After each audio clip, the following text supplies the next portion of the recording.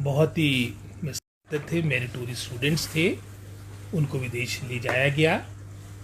प्रदेश की बात की है, जैसे पहले भी कहा कि प्रथम बार इस तरह के अधिकतर राजनेता या हमारे ब्यूरोक्रेट्स बाहर जाया करते थे, लेकिन हमारा जो ये एक सोच बनी कि हमने बच्चों को भी, विशेषकर जो हमारे मेरिटोरियस स्टूडेंट है, और मात्र आपके एकेडमिक एक्टिविटीज़ में नहीं, इसके अलावा भी उदाहरण के तौर पे जिन्होंने राष्ट्रीय स्तर पर हमारे सांस्कृतिक कार्यक्रम जो राष्ट्रीय स्तर पे होते हैं उसमें प्रदेश को मैं समझता हूँ एक प्रमुख स्थान हमें मिला है।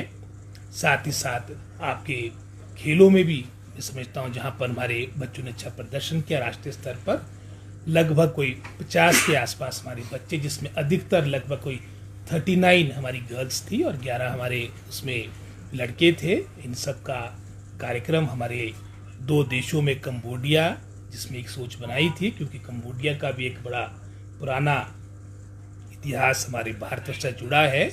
सबसे बड़ा मंदिर जो हमारा हिंदू धर्म का है वो आपका अंगूर वट में है। उसके अलावा भी जो वहाँ के जो वर्ल्ड हेरिटेज साइट्स थे वहाँ का भी उन्होंने भ्रमण किया। और उसके उपरांत सिंगापुर जो एक छोटा राष्ट्र होने के बावजूद भी विकास के दृष्टिकोण से पूरे अंतर्राष्ट्रीय स्तर पर विश्व में एक अलग अपना स्थान रखता है। वहाँ की प्रगति, वहाँ का उत्थान, वहाँ की सारी मैं समझता हूँ जो मानक है उसको देखकर एक अच्छा एक्सपोजर बच्चों का रहा है। और मैं इसको अपना जो ये 2 वर्ष का कार्यकाल है एजुकेशन मिनिस्टर रहा, उसमें प्रमुख जो एक मैं समझता हूँ सुधार है या जो हमने कदम उठाए हैं उसमें इसको मैं सबसे प्रमुख मानता हूँ। एक समझौता ज्ञापन पर हस्ताक्षर हुए हैं, उसके बारे में बताएं।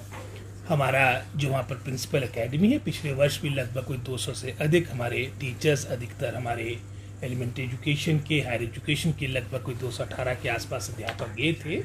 उनके साथ भविष्य में एक समझौता, एक इकरारनामा, जिसमें हमारे प्रदेश स्तर से हमारे जो एसपीडी है, डायरेक्टर समग्र शिक्षा है, उनके द्वारा इसको साइन किया गया। और जो वहाँ पर लोकल जो प्रिंसिपल एकेडमी के हमारे मुखिया है उन्होंने इस पर हस्ताक्षर किए। और उसके मुख्य बिंदु यही थे कि भविष्य में जहाँ वर्तमान में हम अपने सैकड़ों टीचरों को वहाँ भेज रहे हैं, आने वाले समय में इस तरह की व्यवस्था भी हो कि प्रिंसिपल एकेडमी के जो वहाँ पर हमारे फैकल्टी के जो टीचर्स हैं जो फर्दर आगे इनको ट्रेनिंग देते हैं वो हिमाचल में आए।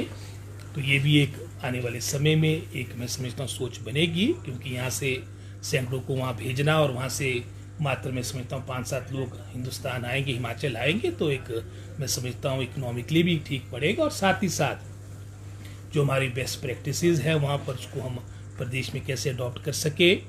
और जो ट्रेनिंग प्रोग्राम्स में हमारे चाहे समग्र शिक्षा की बात हो, प्रदेश सरकार की बात हो, चाहे गवर्नमेंट ऑफ इंडिया की योजना से भी जो प्रदेश सरकार को योजनाएं आती है, ट्रेनिंग का जो कंपोनेंट है उसको और किस तरह से बेहतर किया जा सके, उसको रिस्ट्रक्चर करने की भी बात कही गई है। और इन सभी बातों को लेकर मैं समझता हूँ हमारा ये एमओयू हुआ और उसका कोई प्रदेश सरकार पर, हमारे पर कोई आर्थिक वहन नहीं पड़ेगा, ये हमने उसमें स्पष्ट किया है। सर, स्कूलों का दौरा किया आप लोगों ने, वहाँ पर क्या चेंजेस आपको लगे, यहाँ और वहाँ में किस चीज़ों को लेकर अंतर लगा? अंतर तो बहुत है। लगभग संख्या वहाँ पर अगर आप जनसंख्या की बात करेंगे लगभग 60 लाख के आसपास है। और उसके अलावा जो वहाँ पर बाहर से लोग आते हैं, क्योंकि जो एडजॉइनिंग कंट्रीज़ है, मलेशिया है, इंडोनेशिया है, वहाँ पर जो काम करने आते हो, चलो एक अलग पॉपुलेशन, जो लोकल वहाँ की पॉपुलेशन लगभग 60 लाख के आसपास है।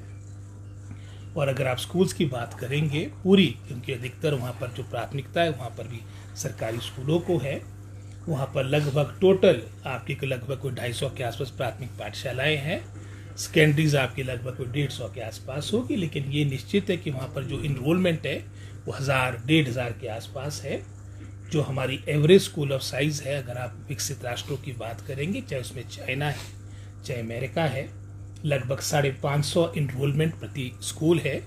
और अगर आप उसको कंपेयर करेंगे पूरे राष्ट्र में जो औसत बनती है वो लगभग कोई 150 के आसपास बनती है। और वही तुलना अगर हम हिमाचल प्रदेश में करेंगे, ये लेस देन 50 है, लगभग कोई 48 के आसपास हमारी एवरेज स्कूल का साइज़ है।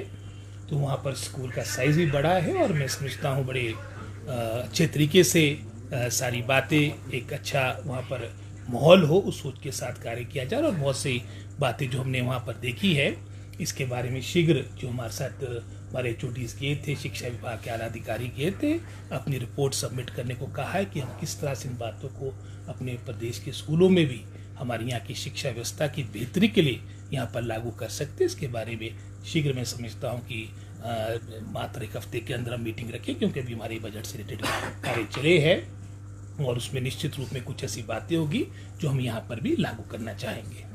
SMC शिक्षक सर हड़ताल पर जाने की बात कर रहे हैं, क्यों सरकार उनकी नाराजगी दूर नहीं कर पा रही? नहीं, नाराजगी क्यों नहीं दूर करें, हमने तो उसमें जो संशोधन किया है RMP रूल्स में उसी सोच के साथ किया है। और अब थोड़ा धैर्य और मैं समझता हूँ पेशेंस की आवश्यकता है, क्योंकि अब इस धैर्य और पेशेंस का अब मैं समझता हूँ इसका जो एक तरह से उसका अमृत है वो मिलने वाला है और शीघ्र हमारी ये लोकल डायरेक्ट रिक्रूटमेंट के माध्यम से ये नियुक्तियाँ प्रारंभ होगी। सर स्कूलों में बैग फ्री डे शुरू करने जा रहे हैं, कब से सर शुरू हो जाएगा क्या? अभी आपने देखा होगा काफ़ी डिटेल से हमारी सोच यही है कि हमारे वर्किंग डेज, हमारे जो एकेडमिक डेज है वो बच्चों के बढ़े, और इस सोच के साथ अभी आपने देखा होगा हमारा कैलेंडर भी आया है और इसको इस शैक्षिक सत्र में हम लागू करेंगे। सर ये जो SMC का मसला है, क्योंकि 21 फरवरी से कह रहे हैं कि वो निश्चितकालीन हड़ताल पे चले जाएंगे जी। अभी पेपर का टाइम है जैसे ही आपको मालूम है, तो क्या कोई बातचीत भी हुई आपकी या उनको बुलाएंगे ताकि?